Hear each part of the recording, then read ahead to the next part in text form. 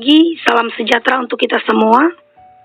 Mengawali hari yang akan kita jalani di sepanjang hari ini, mari sejenak Bapak Ibu yang terkasih, kita meluangkan waktu kita untuk merenungkan firman Tuhan, sesuai dengan nas almanak Gereja Kelematan Panggelis, yaitu Rabu 23 November tahun 2022, terdapat dalam kitab Perjanjian Baru, kitab Injil Lukas pasalnya yang pertama, ayat yang pertama sampai dengan ayatnya yang keempat, dengan judul perikop pendahuluan. Namun, sebelum membaca dan merenungkan firman Tuhan, mari kita berdoa. Bapa dalam Yesus Kristus, selamat pagi. Kami mengucap syukur atas kasih dan kebaikan Tuhan dalam kehidupan kami. Sehingga, atas kemurahan Tuhan pada pagi hari ini, kami masih diberikan waktu dan kesempatan untuk menikmati kehidupan di hari yang baru ini. Terima kasih pula atas kekuatan dan kesehatan, napas hidup yang Tuhan beri bagi setiap kami. Bapa Surgawi, mengawali aktivitas kami di sepanjang hari ini, kami ingin mendasarinya dengan firman-Mu. Tolong kami, agar kami boleh memahami firman-Mu dengan baik dan benar. Terlebih, biarlah firman-Mu dapat menjadi penuntun dalam kami menjalani kehidupan kami di sepanjang hari ini. Dalam nama Yesus, kami berdoa. Amin.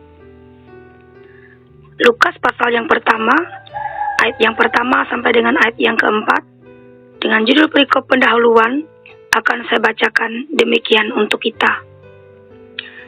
Theophilus yang mulia, banyak orang yang telah berusaha menyusun suatu berita tentang peristiwa-peristiwa yang telah terjadi di antara kita, seperti yang disampaikan kepada kita oleh mereka, yang dari semula adalah saksi mata dan pelayan firman. Karena itu, setelah aku menyelidiki segala peristiwa itu dengan seksama dari asal mulanya, aku mengambil keputusan untuk membukukannya dengan teratur bagimu, supaya engkau dapat mengetahui bahwa segala sesuatu yang diajarkan kepadamu sungguh benar. Amin. Untuk pembacaan firman Tuhan. Bapak Ibu yang terkasih dalam Tuhan kita Yesus Kristus, penulis Injil Lukas ini adalah seorang tabib, dan ia adalah salah seorang rekan yang menyertai Rasul Paulus dalam perjalanan untuk mewartakan Injil. Lukas ini terbilang intelektual pada zamannya, dan pergaulannya cukup luas hingga menyentuh kalangan pejabat pada masa itu. Salah satu buktinya di ayat yang pertama, Lukas menyapa sebagai Theophilus yang mulia. Dan lewat tulisannya, ia mewartakan Injil, terutama di kalangan atas, dengan satu tujuan, yaitu Lukas menegaskan bahwa iman Kristen itu sungguh benar di ayat yang keempat. Bapak Ibu yang terkasih, kebenaran yang seperti apa yang diajarkan oleh Lukas, dalam Injilnya, ia menceritakan detail dari kelahiran Yesus Kristus sebagai penggenapan dari nubuat dalam kitab Perjanjian Lama, kemudian pengajaran Yesus Kristus, dan mujizat yang Yesus lakukan, sehingga banyak orang yang percaya kepadanya, sampai kepada kematian, kebangkitan, dan kenaikan Tuhan Yesus ke surga. Dalam Injilnya ini, Lukas menyampaikan bahwa kehadiran Yesus Kristus ke dalam dunia adalah untuk menjalankan misi Allah, untuk menyelamatkan umat manusia dari dosa. Dan barang siapa yang mau selamat, maka seseorang harus percaya kepada Yesus Kristus. Karena Yesus Kristus adalah jalan satu-satunya untuk masuk ke surga.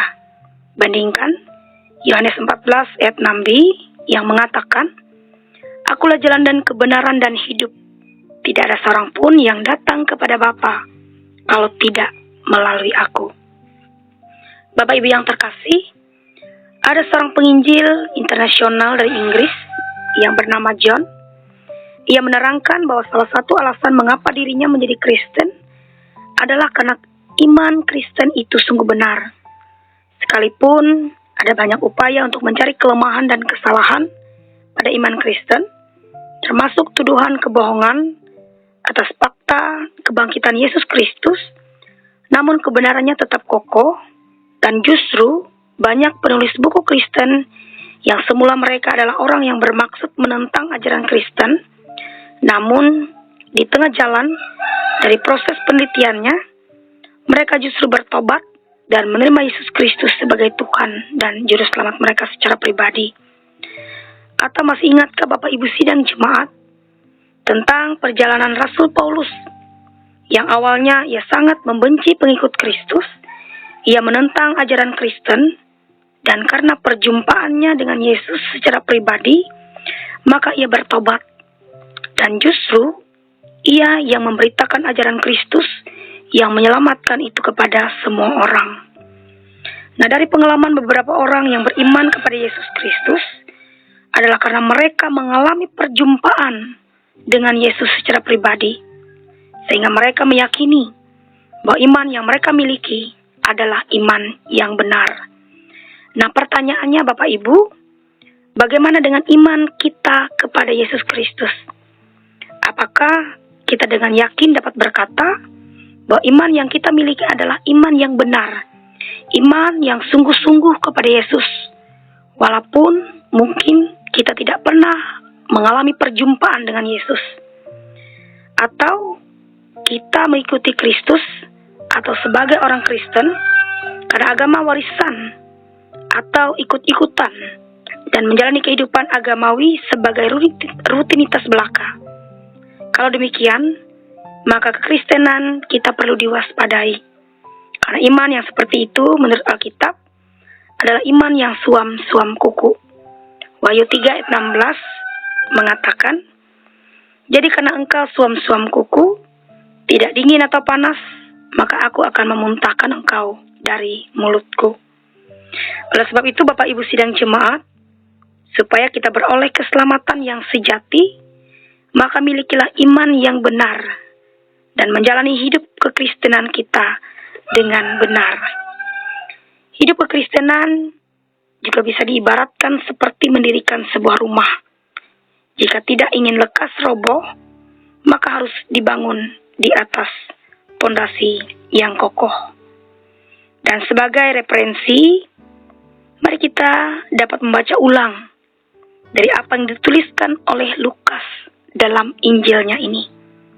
Seperti di ayat yang ketiga dan 4, di sini Lukas mengatakan bahwa, "Karena itu, setelah aku menyelidiki segala peristiwa itu dengan seksama dari asal mulanya, aku mengambil keputusan untuk membukukannya dengan teratur bagimu, supaya engkau dapat mengetahui bahwa segala sesuatu yang diajarkan kepadamu sungguh benar." Ya, amin untuk firman Tuhan yang kita dengarkan pada pagi hari ini. Amin. Mari kita berdoa menaikkan syafaat kita. Bapa, terima kasih atas firman yang telah diperdengarkan bagi kami. Bila firman yang telah kami dengarkan dapat menjadi penuntun dalam kami menjalani kehidupan kami di tengah-tengah dunia ini. Teguhkan dan kuatkan senantiasa iman dan pengharapan kami dalam kami mengimani Engkau sebagai Tuhan dan Juru Selamat kami secara pribadi. Bapa Surgawi, pada pagi hari ini kembali kami ingin menyerahkan seluruh rangkaian kegiatan, aktivitas, pekerjaan, bahkan pelayanan kami di sepanjang hari ini ke dalam tangan pengasihan Tuhan. Secara khusus bagi Resort GKI Pruk Cahu dalam setiap penata layanan dan program yang akan dilakukan di sepanjang hari ini. Bahkan saat ini kami juga ingin berdoa bagi jemaat Tuhan yang ada di jemaat Laca Mangko, Beras Belangi. Kami serahkan keberadaan sidang jemaat-Mu dalam kehidupan mereka berkeluarga, dalam tugas dan pekerjaan mereka, pun juga dalam setiap penata layanan yang ada di sana, diberkati oleh Tuhan. Dan biarlah penyertaan Tuhan senantiasa mengiringi langkah kehidupan sidang jemaat-Mu, sehingga bagi mereka yang lemah dikuatkan, yang sakit disembuhkan, yang berbeban berat Tuhan yang menolong. Kuatkan dan teguhkan senantiasa iman Bapak Ibu sidang jemaat-Mu dalam mereka menghadapi tantangan dan pergumulan dalam kehidupan mereka. Bapa Surgawi, kami juga ingin berdoa, menyerahkan pemerintahan bangsa dan negara kami, secara khusus bagi daerah kami, Kabupaten Murung Raya. Berkati mereka yang telah dipercayakan untuk memimpin daerah kami, baik di tingkat kabupaten, kecamatan, maupun di tingkat desa. Beri mereka hikmat dan kebijaksanaan, beri mereka kekuatan dan kesehatan, sehingga mereka dapat memimpin daerah kami dengan baik, dengan pertolongan Tuhan. Berkati pula Kabupaten Murung Raya dengan kasih dan anugerah yang berasal daripada Tuhan, sehingga kami sebagai masyarakat dapat hidup dalam damai, aman, dan sejahtera. Jauhkan juga kami dari pertikaian dan permusuhan. Bahkan jauhkan dan halaukan pula daerah kami dari bencana alam, banjir, tanah longsor, maupun bencana alam lainnya, sehingga kami dapat menjalani kehidupan kami dengan penuh sukacita. Bapa di surga, kehidupan kami di sepanjang hari ini yang akan kami jalani dalam berbagai aktivitas kegiatan dan pekerjaan kami serahkan dan pertaruhkan ke dalam tangan pengasihan Tuhan yang sudah mengajarkan kami bersama-sama berdoa demikian. Bapa kami yang di surga, dikuduskanlah namamu. Datanglah kerajaan-Mu, jadilah kehendak-Mu di bumi seperti di surga. Berikanlah kami pada hari ini makanan kami yang secukupnya, dan ampunlah kami akan kesalahan kami, seperti kami juga mengampuni orang bersalah kepada kami. Dan janganlah bawa kami ke dalam pencobaan, tetapi lepaskanlah kami daripada yang jahat. Karena Engkaulah yang punya kerajaan dan kuasa dan kemuliaan sampai selama-lamanya. Amin.